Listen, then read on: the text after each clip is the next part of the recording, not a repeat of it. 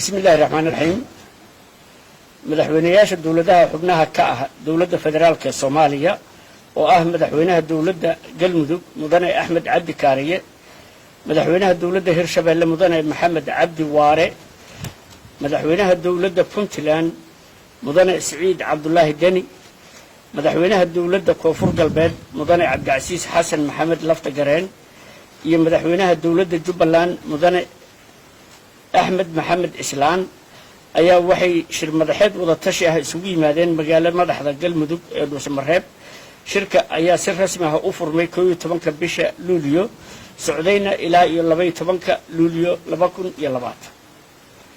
ugu horeyn shirku wuxuu uga mahadcelinayaa dawladda iyo shacabka Galmudug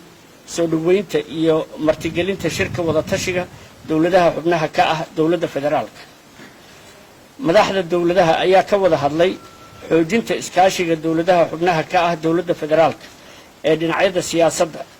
amniga dhaqaalaha iyo xoojinta geedi socodka dhismaha dawladnimada Soomaaliya dood iyo wada xaajood dheer oo shirku ka yeeshay arrimaha siyaasadda dalka Soomaaliya gaar ahaan doorashooyinka hay'adaha dawladda federaalka ee Soomaaliya ayaa waxa ka soo baxay in la xoojiyo iskaashiga dawladaha xubnaha ka ah dawladda federaalka ee Soomaaliya ee dhinacyada siyaasadda amniga iyo horumarinta dhaqaalaha in doorashada waa qodobka labaad in doorashada dawladda federaalka ee Soomaaliya ee 2020-2021 ay ku dhacdo waqtigeedii aysan imaan wax muddo kordhin xileed ah sida ay sheegtay gudoomiyaha guddiga doorashooyinka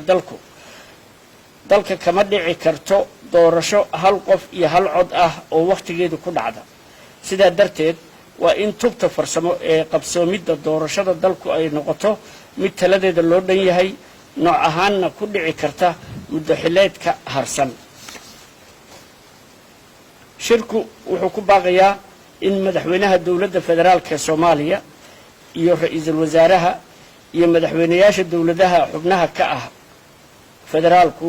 ay shir wada tashi ah isugu yimaadaan si ay uga wada arrinsadaan tubta farsamo ee qabsoomidda doorashooyinka dalka ee 2000 iyo doorashada dalka ee 2020-2021 shirku wuxuu ku baaqayaa in shirka wada tashiga dawladda federaalka iyo dawladaha xubnaha ka ah uu ka dhaco magaalada Dhuusamareeb ee caasimadda Galmudug shirku wuxuu u mahadcelinayaa taageerada beesha caalamku u mahadcelinayaa taageeradeeda ay la garab taagan tahay dhismaha dawladnimada Soomaaliya waad mahadsantihiin